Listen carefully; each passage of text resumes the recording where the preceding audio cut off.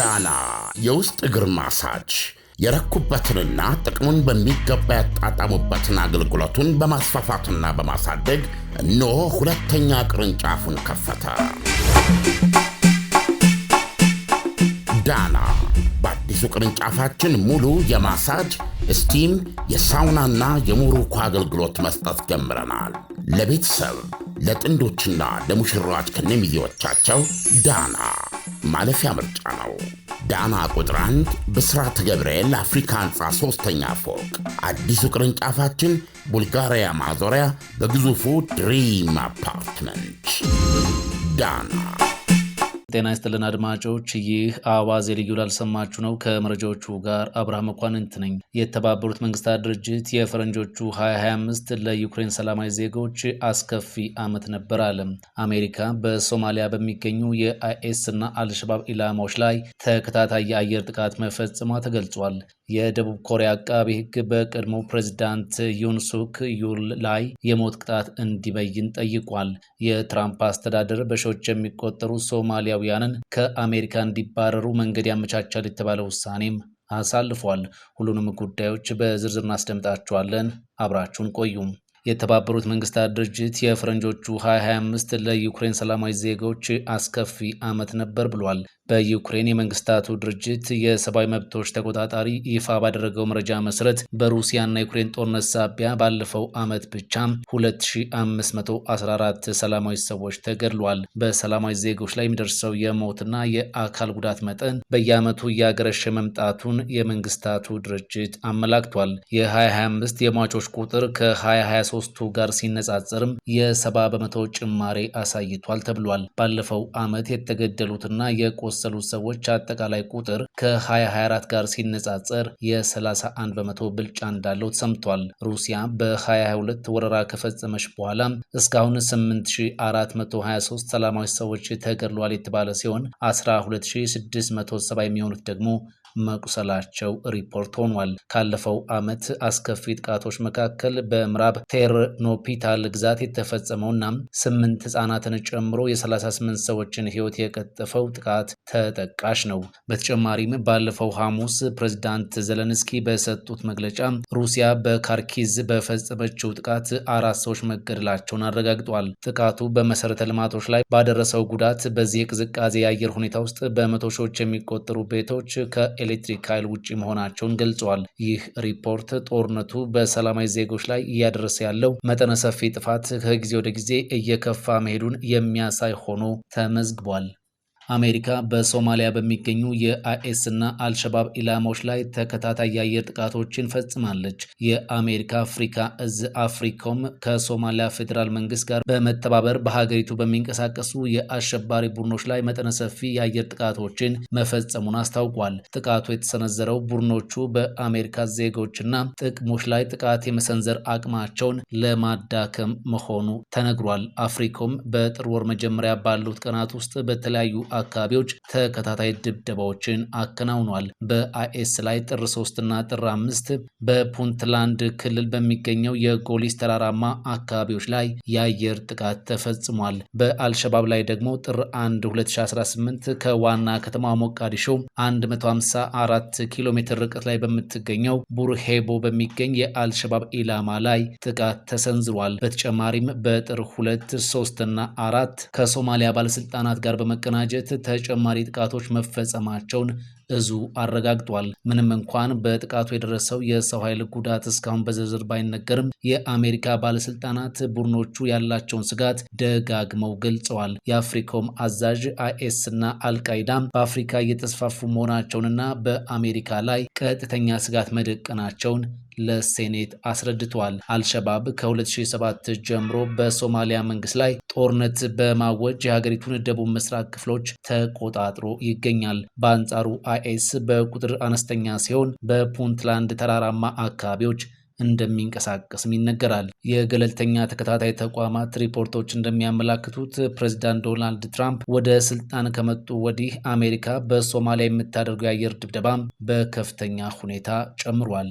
የደቡብ ኮሪያ አቃቢ ሕግ በቀድሞ ፕሬዝዳንት ዩን ሱክዮል ላይ የሞት ቅጣት እንዲበይን ጠየቀም። የደቡብ ኮሪያ ልዩ አቃቢ ሕግ የቀድሞ ፕሬዝዳንት ዩን ሱክዮል እንደ አውሮፓውያን አቆጣጠር በታህሳስ 2024 በሀገሪቱ ላይ ወታደራዊ ሕግ በማወጅ የመንግስት ግልበጣ ሙከራ አድርጓል በሚል የሞት ቅጣት እንዲበየንባቸው ለፍርድ ቤት ጥያቄ ቀርቧል። ትላንት ማክሰኞ ጥር 5 በሱኤል ማዕከላዊ ዲስትሪክት ፍርድ ቤት በተካሄደው የፍርድ ሂደት አቃቢ ሕግ የሚከተሉትን ነጥቦች አቅርቧል። ዩን ሱክዮል የአመፁ መሪ በመሆን የህግ አውጪውንና የህግ ተርጓሚውን አካል በኃይል ለመቆጣጠር ሙከራ አድርጓል። ስልጣናቸውን መከታ በማድረግ የሀገሪቱን ህገ መንግስታዊ ስርዓት አደጋ ላይም ጥለዋል ተብሏል። ተከሳሹ በፈጸሙ ድርጊት ምንም አይነት ጸጸት አላሳዩም፣ ለዲሞክራሲያዊ ስርዓቱ መፍረስም ዋነኛ ተጠያቂ ናቸው ተብሏል። የ65 ዓመቱ ዩን ሱክዮል እንደ አውሮፓውያን አቆጣጠር በታህሳስ 2024 በድንገት ወታደራዊ ህግ በማወጅ ወታደሮች ፓርላማውን እንዲከቡ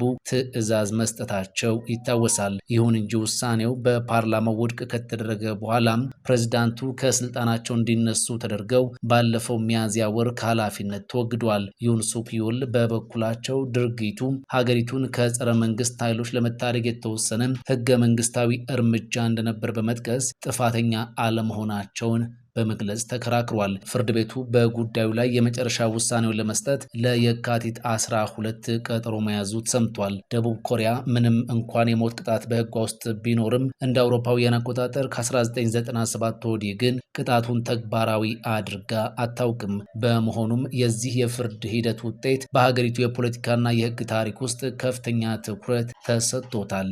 የፕሬዝዳንት ትራምፕ አስተዳደር በሺዎች የሚቆጠሩ ሶማሊያውያን ከአሜሪካ እንዲባረሩ መንገድ ያመቻቸል የተባለ ውሳኔ አሳልፏል። የትራምፕ አስተዳደር ለሶማሊያውያን የሚሰጠውን ጊዜያዊ የህግ ጥበቃ ወይም ቲፒኤስ ሰርዞታል። የትራምፕ አስተዳደር በሶማሊያ ያለው ሁኔታ መሻሻሉን በመጥቀስ ለሀገሪቱ ስደተኞች ሲሰጥ የነበረውን ጊዜያዊ የህግ ጥበቃ እንደማያድስ ይፋ አድርጓል። ይህ ውሳኔ በሺዎች የሚቆጠሩ ሶማሊያውያን ከአሜሪካ እንዲባረሩ መንገድም ያመቻቻል ተብሏል። በፕሬዝዳንት ባይደን ተራዝሞ የነበረው የ18 ወራት የጥበቃ ጊዜ በሚመጣው መጋቢት ወር ላይ ያበቃል። በአሁኑ ወቅት 2471 ሶማሊያውያን በህጉ ጥላ ስር የሚገኙ ሲሆን ሌሎች 1383 ደግሞ የጥበቃ ጥያቄ አቅርበው በመጠባበቅ ላይ ናቸው ተብሏል። ከመጋቢት ወር ጀምሮ ወደ 2500 የሚጠጉ ሶማሊያውያን የስራ ፈቃዳቸውንና ህጋዊ መኖሪያቸውን ፈቃዳቸውን ያጣሉ ነው የተባለው። የሀገር ውስጥ የደህንነት ሚኒስትሯ ክርስቲ ኖም ጊዜያዊ ማለት ጊዜያዊ ነው በማለት ሶማሊያውያን በአሜሪካ እንዲቆዩ ማድረግ ከሀገሪቱ ብሔራዊ ጥቅም ጋር እንደሚጋጭ አብራርተዋል። ፕሬዝዳንት ዶናልድ ትራምፕም ስደተኞቹ ወደ መጡበት እንዲመለሱ በተደጋጋሚ ሲጠይቁ የቆዩ ሲሆን በሚኒያፖሊስ የሚገኙ ስደተኞች ተይዘው እንዲወጡ ትዕዛዝ አስተላልፈዋል። ለሶማሊያውያን የሚሰጠው ይህ ጥበቃ ማለትም ቲፒኤስ የተጀመረው በ1991 በትልቁ ቡሽ ዘመን ሲሆን ከዚያ በኋላ በነበሩ ፕሬዝዳንቶች ሁሉ ሲታደስም ቆይቷል። ትራምፕ ከዚህ ቀደም የኢትዮጵያውያንን ጨምሮ የቬኔዙዌላ፣ ሄይቲ፣ አፍጋኒስታን እና ኔፓል ስደተኞችን ቲፒኤስ መሰረዛቸው ይታወሳል። ቻይና በኢራን የሚኖር የውጭ ጣልቃ ገብነት ተቀባይነት እንደማይኖሩ አስታወቀች። የአሜሪካው ፕሬዝዳንት ዶናልድ ትራምፕ በተደጋጋሚ በኢራን ላይ ጥቃት ለመፈጸም መዛታቸውን ተከትሎ የቻይና የውጭ ጉዳይ ሚኒስቴር በኢራን የውስጥ ጉዳይ የሚኖር የውጭ ጣልቃ ገብነት ተቀባይነት የለውም ብሏል። ፕሬዝዳንት ትራምፕ ኢራን በቁጥጥር ስር ያዋለቻቸውን ተቃዋሚ ሰልፈኞች ላይ ግድያ የምትፈጽም ከሆነ በጣም ከባድ እርምጃ እንደሚወስዱ እያስጠነቀቁ ቀጥለዋል። ትራምፕ ድጋፍ እየመጣላችሁ ነው ማለት ሰልፈኞቹ ተቃውሟቸውን እንዲቀጥሉም አበረታቷል። የቻይና ውጭ ጉዳይ ሚኒስትር ቃል አቀባይ ማኦ ኒንግ በመግለጫቸው ላይ ቻይና በዓለም አቀፍ ግንኙነቷ ማስፈራሪያን ወይንም ኃይልን መጠቀምን አትደግፍም ብለዋል። ቻይና ከዚህ ቀደምም በሀገራት የውስጥ ጉዳይ ጣልቃ መግባትን ትቃወማለች ብለዋል ቃል አቀባዩ። በኢራን የኑሮ ውድነት ምክንያት የተቀሰቀሰው የተቃውሞ ሰልፍ 3ኛ ሳምንቱን የያዘ ሲሆን እስካሁን ድረስ መንግስት በወሰደው እርምጃ ከ2400 በላይ ሰዎች መገደላቸውን የሰብአዊ መብት ተሟጋች ድርጅቶች ይፋ አድርገዋል። በኢራን የተቀሰቀሰውን ተቃውሞ ተከትሎ ኢንተርኔት ከተቋረጠ ከ132 ሰዓት በላይ እንደሆነም ተዘግቧል። ዳና የውስጥ እግር ማሳጅ የረኩበትንና ጥቅሙን በሚገባ ያጣጣሙበትን አገልግሎቱን በማስፋፋትና በማሳደግ እነሆ ሁለተኛ ቅርንጫፉን ከፈተ። ዳና በአዲሱ ቅርንጫፋችን ሙሉ የማሳጅ ስቲም፣ የሳውናና የሞሮኮ አገልግሎት መስጠት ጀምረናል። ለቤተሰብ ለጥንዶችና ለሙሽራዎች ከነሚዜዎቻቸው ዳና ማለፊያ ምርጫ ነው። ዳና ቁጥር 1 ብስራተ ገብርኤል አፍሪካ ህንፃ 3ኛ ፎቅ። አዲሱ ቅርንጫፋችን ቡልጋሪያ ማዞሪያ በግዙፉ ድሪም አፓርትመንት። ዳና ፈጣን ያልተሰሙ መረጃዎችንና ትኩስ የኪነ ጥበብ ዜናዎችን ለማግኘት የቁም ነገር ሚዲያ የዩቲዩብ ቻናልን በመቀላቀል ቤተሰብ የሆኑ ቻናላችንን ሰብስክራይብ ያድርጉ። በቲክቶክም አለን። ቁም ነገር ሚዲያ ኦፊሻል ብለው ይከተሉን። እናመሰግናለን። ቁም ነገር ሚዲያ፣ ለቁም ነገር እንሰራለን።